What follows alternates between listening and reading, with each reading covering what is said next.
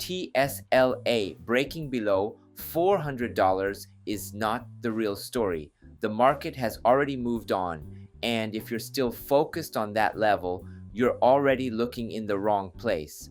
In today's video, I want to show you what actually matters right now inside Tesla's price action, not the headlines, not the noise, but the structure underneath.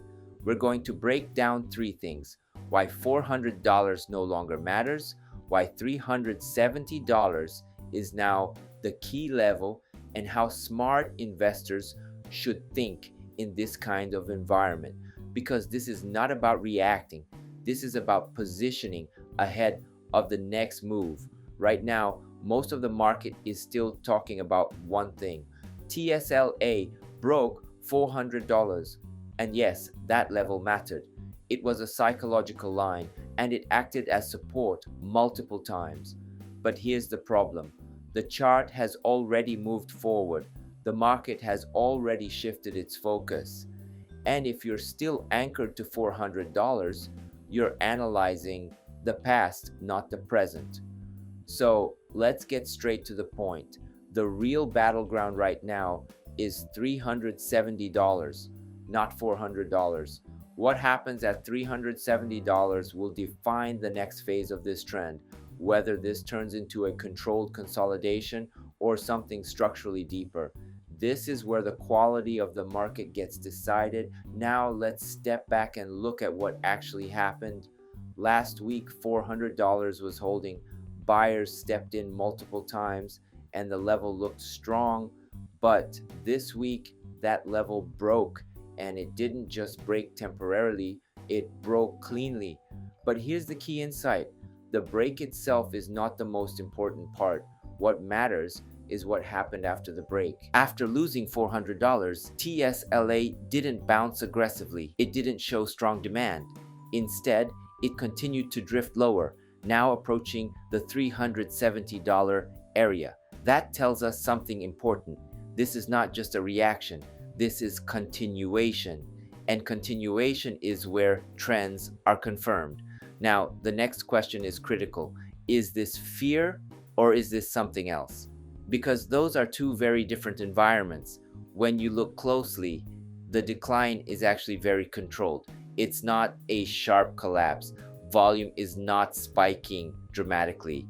There's no clear panic behavior, and RSI, while low, is not extreme. It's near 30, but not deeply oversold. So when you combine all of this, this doesn't look like fear-driven selling. It looks more like positioning, a controlled reset in the market. But here's where it gets more nuanced. Even if the move feels controlled, the structure itself is clearly weakening. On the daily chart, the 20-day moving average is trending down. The 50-day is also trending down. And now, even the 200-day moving average is being broken. That is not a small detail. So, we have two things happening at the same time. The behavior of price is orderly, but the structure is bearish. And that combination is what makes this moment so important. Now let's zoom into the short-term picture. On the 4-hour chart, the trend is very clear. Lower highs, lower lows, selling pressure is consistent. And yes, RSI dips below 30 at times. But here's something many people misunderstand. Oversold does not automatically mean reversal. In strong downtrends, assets can stay oversold for longer than expected. And right now, TSLA is being sold within weakness.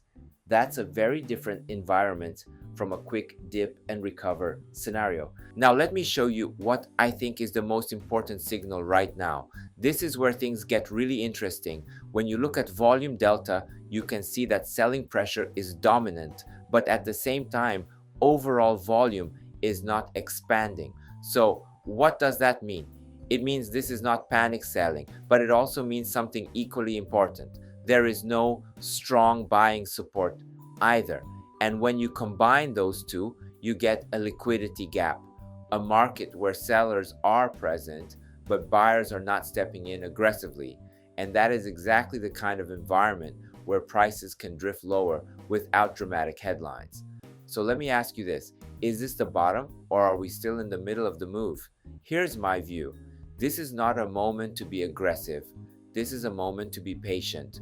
Because when you look across time frames, they are not aligned. Long term, TSLA is not broken. The bigger story is still intact. But mid-term, the structure is clearly weakening. And short-term, sellers are still in control. When those three don't align, forcing a decision is where mistakes happen. So, what should you actually be watching right now? It's very simple. You don't need 10 indicators, just focus on 3 things. First, the 200-day moving average around $394. Does TSLA reclaim it, or does it act as resistance? Second, the $370 level. This is the current battleground. Does it hold, or does it break? And third, volume. Do we start to see real participation come back into the market, or does this low volume environment continue? These 3 will tell you everything you need to know. So let's wrap this up. TSLA is not collapsing, but it is clearly slowing down. And more importantly, $400 is no longer the key level. That was the previous stage. Now, the market is focused on $370, and this shift in perspective is where most investors fall behind because they react to what just happened instead of understanding what is happening next. As a long-term investor, your edge is not speed, it's clarity.